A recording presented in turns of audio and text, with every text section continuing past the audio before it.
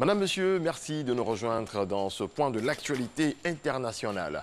En Irak, au moins 2 personnes ont été tuées hier dans l'explosion d'une voiture piégée à Tal Afar, dans le nord du pays. L'attentat a été revendiqué par le groupe État islamique EI. Le véhicule a explosé à proximité d'un café dans le centre de Tal Afar, ville située à environ 70 km de Mossoul. L'explosion a fait 2 morts et 11 blessés. En Chine, 8 personnes ont été tuées et 22 autres blessées mardi lorsqu'un bus détourné par un individu a heurté des piétons dans la province de Fujian. Le suspect, qui a été interpellé en possession d'un couteau, a été placé en garde à vue et interrogé par la police.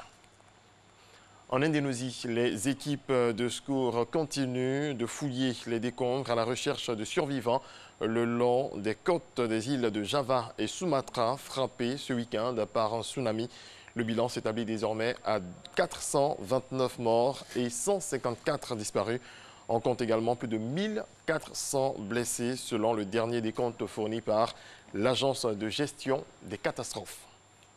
En bref, le président américain campe sur ses positions. Donald Trump a déclaré ne pas voir d'issue possible au shutdown, la fermeture partielle des administrations avant que le financement d'un mur à la frontière mexicaine, sa promesse de campagne, ne soit inclus dans une loi budgétaire. En France, elles sont venues pour se sentir en famille le 25 décembre, accueillies à l'Opéra Garnier pour un déjeuner de Noël. Près d'une centaine de personnes âgées se réjouissent de cette parenthèse dans leur vie solitaire. Je vous propose de suivre quelques réactions. Et pour le jour de Noël, on invite ces personnes dans un cadre prestigieux.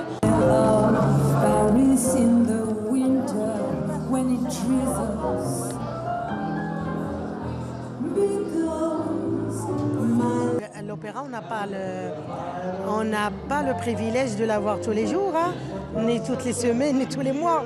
Alors quand ils nous ont annoncé que c'est l'Opéra Garnier, ben, on a sauté sur l'occasion. Ça me change un peu la tête, où ça me lève la cervelle des gens que je vois habituellement et des lieux aussi que je vois habituellement.